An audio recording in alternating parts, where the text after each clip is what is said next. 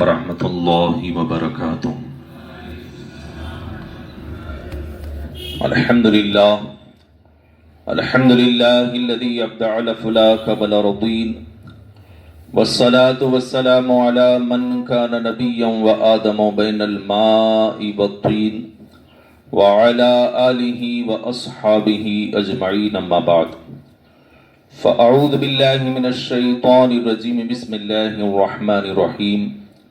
وَإِذَا سَمِعُوا مَا أُنزِلَ إِلَى الرَّسُولِ تَرَىٰ أَعْيُنَهُمْ تَفِيضُ مِنَ الدَّمْعِ مِمَّا عَرَفُوا مِنَ الْحَقِّ۔ صدق اللہ مولانا العظیم وصدق رسولہ النبی الامین المکین الکریم، ونحن على ذلك لمن الشاہدین والشاکرین والحمد للہ رب العالمین۔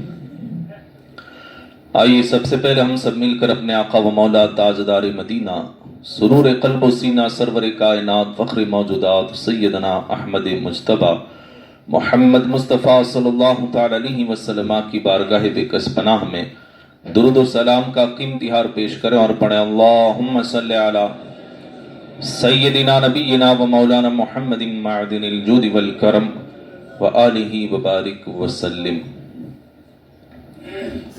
اللہ تبارک و تعالی کا کروڑہا احسان ہے کہ ہمیں زندگی میں پھر ماہ رمضان جیسا عظیم مہینہ عطا فرمایا۔ یہ ماہ رمضان اللہ کا مہمان بن کر کے ہمارے درمیان تشریف لایا ہے۔ جس طرح ہم اپنے گھر آئے ہوئے مہمان کی خاطر تواضع کرتے ہیں اور کوشش کرتے ہیں کہ کہیں وہ ناراض نہ ہو جائے، ہم سے روٹھ کر نہ جائے، مہمان نوازی میں کوئی کسر کوئی کمی نہ رہ جائے، اس سے کہیں زیادہ ہمیں دھیان ماہ رمضان کے لیے دینا ہوگا، کیونکہ یہ کسی اور ذات کی طرف سے نہیں، اللہ کی طرف سے مہمان بن کر آیا ہے۔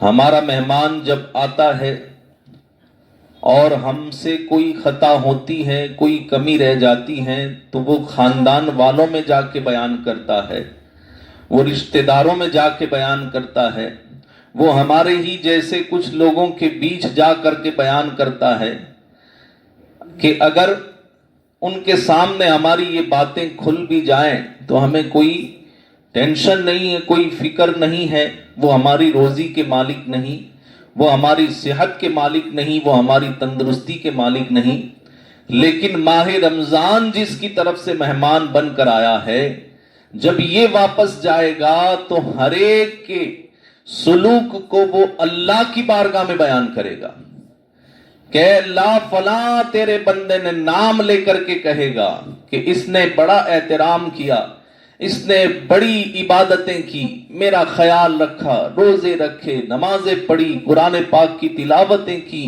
نیکیوں کا ماحول گھر میں بنایا۔ وہ جا کر کے یہ ساری آپ کی جو پرخلوص عبادتیں ہیں اور آپ کی خاطر تواضع ہے وہ اللہ کی بارگاہ میں بیان کرے گا، اور خدا نہ خواستہ اللہ کی پناہ، 100 بار اللہ کی پناہ، اگر ہم سے ماہ رمضان کی اس خاطر تواضع میں کمی واقع ہوئی، عبادت نہیں کی، روزے نہیں رکھے، تراویح نہیں پڑھی، اور کھلم کھلا چائے پیتے رہے، بیڑی پیتے رہے، سگریٹ نوشی کرتے رہے، تمباکو کھاتے رہے، اور اس ماہ رمضان کا کوئی احترام نہیں کیا، تو پھر یہ اللہ کی بارگاہ میں جا کر ہماری شکایت کرے گا۔ وہی اللہ جس کے ہاتھ میں ہماری روزی ہے، وہی اللہ جو ہماری صحت کا مالک ہے، وہی اللہ جس کی اجازت سے ہماری ایک سانس اندر جا رہی ہے پھر وہ باہر آ رہی ہے۔ اگر وہ اجازت نہ دے تو اندر گئی ہوئی سانس باہر نہیں آئے گی، اگر وہ اجازت نہ دے تو باہر نکلی ہوئی سانس اندر نہیں جا سکتی۔ اس رب کے پاس جا کر کے یہ شکایتیں کرے گا۔ اس لیے اللہ کے رسول صلی اللہ تعالی علیہ وسلم نے جمعہ کے دن منبر پر جب آپ چڑھ رہے تھے آمین کہا، 3 مرتبہ آمین کہا، بڑی مشہور حدیث ہے تو بعد میں جب صحابہ نے پوچھا تو حضور نے 3 چیزوں میں سے ایک یہ ذکر فرمایا کہ جبرائیل علیہ السلام نے آ کر کے یہ دعا کی کہ اللہ کے رسول ہلاک ہو جائے وہ شخص جس کی زندگی میں ماہ رمضان آئے اور وہ اس کا احترام نہ کرے. اللہ کے رسول نے فرمایا اس پر میں نے آمین کہا. تو اگر ماہ رمضان کا ہم احترام نہیں کرتے اور اس ماہ کے حق ادا نہیں کرتے تو پھر اللہ کی بارگاہ میں دعا کرنے والے جبرائیل اور آمین کہنے والے سید المرسلین وہ بلا دعا رد کیسے ہو سکتی ہے؟ پھر ہماری ہلاکت یقینی ہو جائے گی. اس لیے اس ماہ رمضان سے فائدہ اٹھائیں اور اس رمضان کے مہینے میں خوب عبادتیں کریں، روزے رکھیں اور تراویح بھی پڑھیں. اور ایک میں آپ کے لیے مشورہ لے کر کے آیا ہوں کہ اس ماہ رمضان میں بالخصوص آپ کو یہ کام کرنا ہے کہ جن کو قرآن پاک پڑھنا نہیں آتا وہ سیکھ لیں. آپ کے پاس وقت ہے، یہ ماہ رمضان عبادتوں کا مہینہ ہے اور اس مہینے میں ہر نیکی کا ثواب 70 گنا یا 700 گنا تک بڑھا دیا جاتا ہے.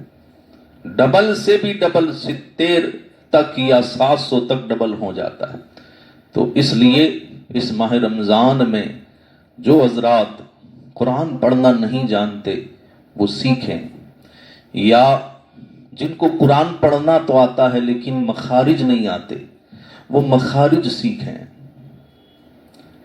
دیکھیں قرآن پاک کے اندر جو حروف آتے ہیں نا عربی کے الفابیٹس 29 الفابیٹس ہیں حروف تہجی، اور ان 29 حروف میں سے 15 یا 16 حروف تو ایسے ہیں کہ جو آپ آسانی سے ادا کر ہی لیتے ہیں. اللہ نے پیدائشی آپ کے اندر یہ صلاحیت رکھ دی ہے کہ ان کو سیکھنے میں آپ کو کوئی دقت نہیں.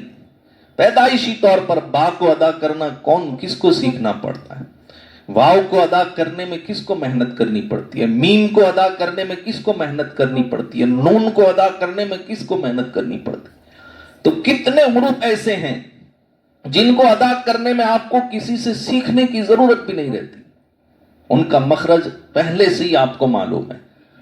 لیکن کچھ حروف تقریباً 13 یا 14 حروف ایسے ہیں کہ جن کو آپ کو باقاعدہ توجہ دے کر کے سیکھنا ہے. اب بتاؤ ہمارے پاس ماہ رمضان کے ابھی بھی 28 دن ہیں، اللہ کرے 30 روزے ہوں تو ہمارے پاس اتنا وقت ہے. ہم اگر ایک دن میں ایک حرف بھی سیکھیں تب بھی 13-14 دن میں ہم مخارج سیکھ سکتے ہیں. ایک دن میں ایک حرف سیکھیں، حالانکہ اتنا بھی مشکل نہیں ہے. تو ہمارے پاس جب یہ ماہ رمضان برکتیں لے کر کے آیا تو پھر ہم اس ماہ رمضان میں قرآن مخارج کے ساتھ پڑھنا سیکھیں، کوشش کریں. اگر آپ نے کوشش کر لی حتی الامکان پھر بھی عجمی ہونے کی وجہ سے اگر کہیں پہ دقت آتی ہے تو اللہ کے رسول فرماتے ہیں کہ جو سیکھ کر بھی محنت کر کے بھی عجمی ہونے کی وجہ سے کچھ حروف ادا نہیں کر پاتا اور اس کی ادائیگی میں اسے تکلیف ہوتی ہے تو عرب جو پڑھیں گے انہیں جتنا ثواب ملتا ہے اس سے زیادہ عجم کے پڑھنے والے جو تکلیف کے ساتھ پڑھ رہے ہیں اللہ انہیں دوہرا ثواب عطا فرمائے. عرب والوں سے زیادہ ثواب عجم والوں کے لیے. کب؟ جبکہ وہ سیکھنے کے بعد اگر ان کو پڑھنے میں تکلیف ہو رہی ہے لیکن اس کے باوجود وہ پڑھ رہے ہیں، کچھ حروف کی ادائیگی میں مشکل آ رہی ہے پھر بھی اسے ادا کر رہے ہیں تو ان کے لیے دوہرا اجر ہے. تو سیکھیں. آپ دیکھیں ذرا غور کریں کہ اس ماہ رمضان کو اللہ نے جو عظمتیں عطا فرمائی ہیں وہ کیوں ہے. یہ ماہ رمضان جس کو سید الشہور کہا گیا، مہینوں کا سردار کہا گیا، اس کو یہ عظمتیں یہ سرداری کیوں ملی ہے؟ قرآن میں اس کی طرف اشارہ ملتا ہے، شہر رمضان الذی انزل فیہ القرآن. اس ماہ مبارک کو جو عظمتیں ملی ہیں، اس ماہ رمضان کو جو مرتبے ملے ہیں، اس کی وجہ کیا؟ کہ اس ماہ مقدس میں خدا کا کلام قرآن نازل ہوا. اور اس کے اندر ایک عظیم رات آتی ہے کہ اس کے برابر کی رات پورے سال میں ایک بھی نہیں. اور وہ کون سی رات ہے؟ شب قدر کی رات. شب قدر یہ ایسی رات ہے کہ جس کے مقابل کوئی دوسری رات نہیں، سب سے افضل رات. اس رات کو مرتبے کیوں ملے، درجے کیوں ملے؟ اللہ نے اس کا بھی ذکر قرآن میں فرمایا، انا انزلناہ فی لیلۃ القدر، کہ ہم نے قرآن کو لیلۃ القدر میں نازل فرمایا. یعنی کہیں نہ کہیں آپ غور کریں گے تو پتا چلے گا کہ ماہ رمضان کو عظمتیں مل رہی ہیں قرآن کی وجہ سے، لیلۃ القدر کو عظمتیں مل رہی ہیں قرآن کی وجہ سے. اور آج مسلمان بے قدر ہو چکا ہے قرآن سے بچھڑنے کی وجہ سے، قرآن سے لا تعلق ہونے کی وجہ سے. اسی لیے علامہ اقبال نے کہا، وہ معزز تھے زمانے میں مسلمان ہو کر، آج ہم خوار ہیں تاریک قرآن ہو کر. ہم نے قرآن کو چھوڑ دیا، اس وجہ سے ہم خوار ہیں، ذلیل ہیں. یہ ہماری عزت کم ہو رہی ہے، اور ہمیں حقارت سے اگر دیکھا جا رہا ہے اس کی وجہ یہ ہے کہ ہم نے قرآن کو چھوڑ دیا. اور جو قرآن کو چھوڑنے والے ہیں، جو قرآن کو اٹھاتے نہیں ہیں، کبھی پڑھتے نہیں ہیں، اس کی طرف توجہ ان کی نہیں ہے، اور کہتے ہیں کہ قیامت میں انشاءاللہ اللہ کے رسول ہماری شفاعت فرمائیں گے. میں آپ کو بتاؤں، اسی قرآن میں یہ ذکر ہوا 19ویں پارے میں، وقال الرسول یا ربی ان قوم اتخذوا هذا القرآن مہجورا. اللہ کے رسول خود شکایت لے کے جائیں گے. وقال الرسول، رسول کہیں گے، اور کس کی بارگاہ میں شکایت لے کے جائیں گے؟ یا ربی، اے میرے رب. اللہ کی بارگاہ میں شکایت لے کر کے جائیں گے. جن کی شفاعت کی امید ہم لگا کر کے دنیا میں بیٹھے ہوئے ہیں کہ وہ بخشوا دیں گے، وہ شفاعت کریں گے، وہ رسول ہماری شکایت لے کے جائیں گے اللہ کی بارگاہ. جو رب انہیں بہت پیار کرتا ہے وہ ان کی شفاعت بھی رد نہیں کرتا اور ان کی شکایت بھی رد نہیں کرتا. اللہ کو اتنا پیار ہے اپنے محبوب سے کہ شفاعت بھی رد نہیں کرتا. بڑے سے بڑا گنہگار آئے، حضور اگر شفاعت کریں گے تو اللہ ان کی شفاعت قبول فرمائے گا، اس گنہگار کی بخشش فرمائے گا. اور بڑے سے بڑا اپنے آپ کو نیکوکار سمجھنے والا آئے اور حضور اس کے بارے میں شکایت کر دیں تو اللہ حضور کی شکایت بھی رد نہیں کرے گا. تو حضور کس کے بارے میں شکایت کریں گے؟ قرآن میں اس کا ذکر ہے کہ رسول اللہ کی بارگاہ میں جا کر کے کہیں گے، اے میرے رب ان قوم اتخذوا هذا القرآن مہجورا. میری قوم کے یہ کچھ لوگ ہیں جنہوں نے قرآن کو چھوڑنے والی چیز بنا دیا، مہجور چیز بنا دیا، کتاب مہجور بنا دیا. یعنی زندگی میں اسے کبھی پکڑا نہیں، اسے کبھی چھوا نہیں، کبھی اس کی تلاوت نہیں کی، کبھی اس کو سمجھا نہیں. بس یہ سمجھ لیا کہ یہ تو چومنے والی کتاب ہے، رکھ دو اسے، تاک میں رکھ دیا، اب اس میں ہوا دھول لگتی رہے. ایسے جتنے بھی ہیں ان کی شکایت اللہ کے رسول اللہ کی بارگاہ میں کریں گے. آپ بتاؤ کہ جس کی شفاعت کی امید ہے وہی اگر شکایت کر جائے تو پھر ہمارا کیا ہوگا؟ کیا ہماری بخشش ہو پائے گی؟ تو اس لیے قرآن کی عظمت کو سمجھیں کہ ماہ رمضان کو عظمتیں مل رہی ہے قرآن کی وجہ سے، شب قدر کو عظمت مل رہی ہے قرآن کی وجہ سے. ہم بھی اگر عظمت چاہتے ہیں، ہم بھی اگر مرتبہ چاہتے ہیں تو اس ماہ رمضان میں زیادہ سے زیادہ قرآن پاک کی تلاوت کریں. حضرت عطا ابن رباح رضی اللہ تعالی عنہ تابعی ہیں. جب ماہ رمضان آتا تو وہ ساری عبادتیں جو فرائض ہیں وہ تو ادا کرتے ہی، اور باقی سب عبادتیں جو نوافل ہیں انہیں چھوڑ دیتے اور سارا وقت قرآن پاک کی تلاوت میں لگاتے. ارے ہم جس کی پیروی کرتے، امام اعظم ابو حنیفہ ماہ رمضان میں اتنی کثرت سے قرآن کی تلاوت کیا کرتے تھے کہ دن میں ایک قرآن، رات میں ایک قرآن. اگر 30 روزے ہوتے تو امام اعظم ابو حنیفہ ماہ رمضان میں 61 قرآن پاک پڑھتے. دن دن میں ایک قرآن، رات میں ایک قرآن، اور تراویح میں جو روزانہ پڑھتے وہ، یہ مکمل ایک قرآن ہوتا. تو 30 روزے ہوتے تو 61 قرآن پاک آپ کے ہوتے. تو ہمارے بڑوں نے، ہمارے اکابرین نے اتنی قرآن کی تلاوت کی، لیکن ہم نے قرآن کو چھوڑ دیا ہے. اللہ کے رسول صلی اللہ تعالی علیہ وسلم کو جو کتاب معجزے کے طور پر عطا کی گئی، جس کی تاثیر سے آپ نے سنا کہ حضرت عمر بڑے سخت دل تھے اور حضور کو معاذ اللہ قتل کرنے کے ارادے سے نکلے، لیکن جب انہوں نے بھی قرآن سنا تو ان کے دل کی دنیا بدل گئی. یہ قرآن میں ایسی تاثیر ہے. ابھی میں نے جو آیت کریمہ پڑھی ہے، وَإِذَا سَمِعُوا مَا أُنزِلَ إِلَى الرَّسُولِ تَرَىٰ أَعْيُنَهُمْ، یہ 7ویں پارے کی پہلی آیت، اس کا نام ہی وَإِذَا سَمِعُوا ہے، 7واں پارہ. جب صحابہ کرام پہلی بار ہجرت کر کے حبشہ گئے، اللہ کے رسول نے اجازت دی. مکہ میں بڑے ظلم و ستم ہو رہے تھے، کل میں نے درس میں بتایا. تو اللہ کے رسول نے اجازت دی، ہجرت کر کے حبشہ گئے، اور حبشہ کا جو بادشاہ تھا عیسائی مذہب رکھنے والا، اس کے دربار میں بلایا گیا. چونکہ مکہ والوں نے 2 قاصد بھیج دیے تھے کہ انہیں واپس کیا جائے. تو حضرت جعفر طیار رضی اللہ تعالیٰ عنہ نے ایک بہترین خطاب بھی کیا. پھر جب حبشہ کے بادشاہ نے کہا کہ تم حضرت عیسیٰ اور حضرت مریم کے بارے میں کیا عقیدہ رکھتے ہو، جب عقیدہ پوچھا تو حضرت جعفر طیار نے قرآن پڑھنا شروع کیا، سورہ مریم کی تلاوت کی. ادھر وہ سورہ مریم کی تلاوت کر رہے ہیں اور ادھر بادشاہ تخت پر بیٹھے ہوئے، اس کا حال یہ ہے کہ اس کی آنکھوں سے آنسو جاری، وہ رو رہا ہے. قرآن کی اتنی تاثیر ہے.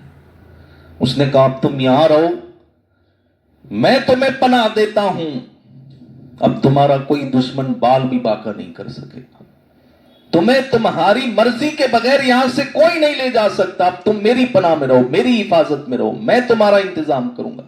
یہ قرآن کی تلاوت کا اثر تھا.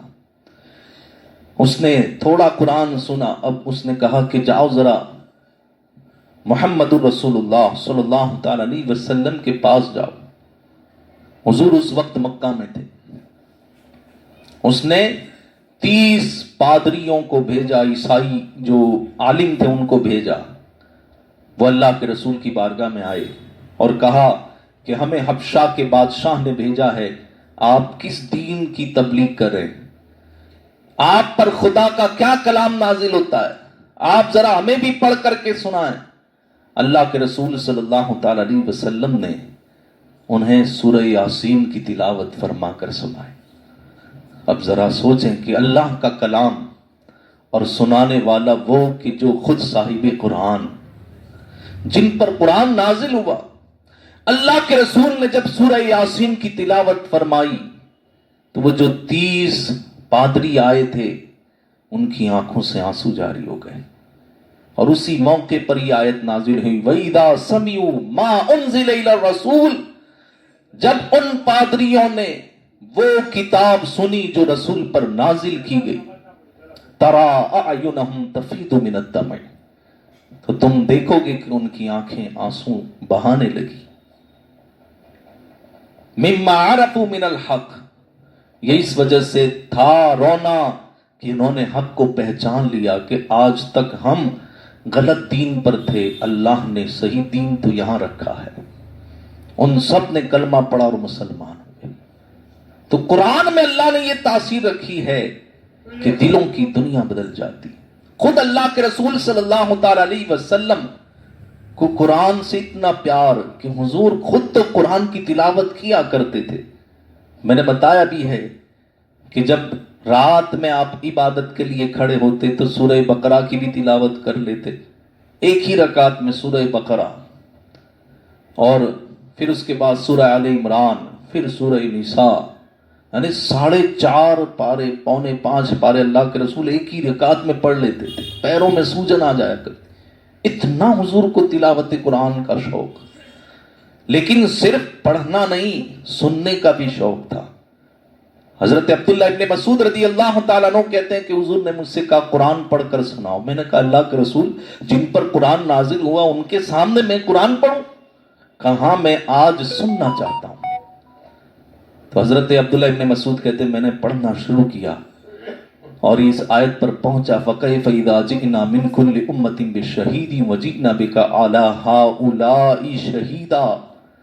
دوسرے پارے کی آیت ہے. جب اس آیت پر میں پہنچا میں نے اپنی آنکھیں کھول کر حضور کو دیکھا، حضور رو رہے ہیں. اللہ کے رسول کی آنکھوں سے آنسو جاری ہیں. یہ قرآن کی تلاوت کا اثر ہے کہ حضور صلی اللہ تعالی علیہ وسلم خود رو رہے ہوتے. ام المومنین حضرت عائشہ صدیقہ، میں ماں بہنوں کے لیے بھی کہہ دوں، وہ بھی گھروں پر سماعت کرتی ہیں. آپ کے بھتیجے حضرت قاسم بن محمد وہ ایک دن گئے تو وہ کہتے ہیں میں نے دیکھا کہ حضرت عائشہ نماز میں کھڑی ہوئی ہیں اور آنکھوں سے آنسو جاری ہیں اور وہ تلاوت کر رہی ہیں فمن اللہ علینا ووقانا عذاب السموم. اللہ نے ہم پر مہربانی کی کہ اس نے ہمیں اسلام جیسی نعمت عطا فرمائی اور ہمیں جہنم کے عذاب سے محفوظ کر لیا. یہ آیتیں پڑھ رہی ہیں اور ان کی آنکھ سے آنسو جاری ہیں. وہ کہتے ہیں کہ میں تھوڑی دیر انتظار میں رہا کہ ابھی وہ رکوع کریں گی، لیکن وہ بار بار وہی آیت پڑھ رہی تھی فمن اللہ علینا ووقانا عذاب السموم، فمن اللہ علینا ووقانا عذاب السموم، بار بار اسی کو دوہرا رہی تھی اور آنکھوں سے آنسو جاری تھے. وہ کہتے ہیں تھوڑی دیر انتظار کے بعد میں نے سوچا مجھے ایک کام یاد آ گیا. میں بازار گیا، بازار میں اپنا کام مکمل کیا اور پھر واپس آیا کہ میں اپنی بات رکھ دوں حضرت عائشہ کے پاس. جب واپس آیا تو دیکھا کہ وہ اسی حالت میں کھڑی ہوئی ہے اور وہی آیت دوہرا رہی ہیں. یہ اس زمانے کی خواتین کا قرآن سے پیار تھا، قرآن سے تعلق تھا. آج ہم نے قرآن کو چھوڑ دیا ہے، اسے سمجھنا چھوڑ دیا، اس کی تلاوت کرنا چھوڑ دیا، اس کو اہمیت دینا چھوڑ دیا. آج ہم نے قرآن کی اہمیت ختم کی ہے، اس کی وجہ سے آج ہماری اہمیت کم ہوئی ہے. اگر ہم چاہتے ہیں کہ لوگوں کی نگاہوں میں قوم مسلم کی عزت بڑھے تو پھر ہمیں بھی اس کتاب کو عزت دینی ہوگی. اس کتاب کو پڑھنا ہوگا، سمجھنا ہوگا. اس کتاب کو پڑھنے پر کتنا ثواب ہے. حضرت عبداللہ ابن مسعود فرماتے ہیں من قرأ حرفا من القرآن فلہ بہ حسنۃ والحسنۃ بعشر امثالھا. ایک حرف قرآن کا جو پڑھے اللہ تعالیٰ اسے 10 نیکیاں عطا فرماتا ہے. اور یہ تو عام دنوں میں. ماہ رمضان میں ایک کو اگر 70 آپ شمار کریں، جو کم سے کم ہے 700 بھی ہے لیکن 70 اگر آپ کریں تو ایک حرف پر 10 نیکی. تو ماہ رمضان میں ایک حرف پڑھنے پر 700 نیکیاں. اور حضرت عبداللہ ابن مسعود کہتے ہیں کہ میں یہ نہیں کہتا کہ الف لام میم ایک حرف ہے، بلکہ الف الگ حرف ہے، لام الگ حرف ہے، میم الگ حرف ہے. تو میں نے حساب کیا الحمدللہ رب العالمین، صرف اتنا اگر آپ پڑھیں ماہ رمضان میں تو 1,33,000 نیکیاں آپ کے نامہ اعمال میں لکھی جاتی. 1,33,000. اگر میں یہ کہوں کہ قرآن پڑھنے پر آپ کو ہر حرف پر 70 روپے ملیں گے، 10 روپے ملیں گے، تو کتنے لوگ قرآن پڑھنا شروع کر دیں گے؟ جن کو نہیں آتا وہ سیکھنا شروع کر دیں گے. چلو روپیے کی بات چھوڑو، اگر کوئی کہے کہ اس پر ڈالر ملیں گے، ریال ملیں گے، تو پھر شوق اور بڑھ جائے گا. یاد رکھنا یہ روپیہ، ڈالر اور یہ ریال کی جتنی اہمیت نہیں ہے، قیامت کے دن تمہیں پتا چلے گا ایک نیکی کی اہمیت اس سے بھی زیادہ ہے. یہ نیکی جسے تم بالکل معمولی سمجھ رہے ہو، قیامت کے دن پتا چلے گا کہ اس نیکی کی اہمیت ریال سے بھی زیادہ تھی، ڈالر سے بھی زیادہ تھی. روپیہ تو کیا چیز ہے، لیکن ہم اسے اہمیت نہیں دیتے. اور قرآن پڑھنے سے زیادہ سننے والوں کو ثواب ملتا ہے. اس لیے قرآن کی تراویح میں آپ تشریف لائیں اور قرآن سنیں اور اپنے نامہ اعمال میں ڈھیروں ثواب اکٹھا کریں. اللہ تبارک و تعالی مجھے اور آپ سب کو قرآن پاک پڑھنے سمجھنے اور اس پر عمل کرنے کی توفیق عطا فرمائے۔ کچھ لوگوں نے یہ مسئلہ پوچھا ہے کہ عورتوں کے لیے تراویح کی نماز ہے یا نہیں، تو جس طرح مردوں کے لیے سنت مؤکدہ ہے تراویح کی نماز، ایسے ہی خواتین کے لیے بھی تراویح کی نماز سنت مؤکدہ ہے۔ فرق اتنا ہے کہ مرد حضرات جماعت کے ساتھ پڑھیں اور خواتین بغیر جماعت کے پڑھیں۔ اور ناپا دارالعلوم اہل بیت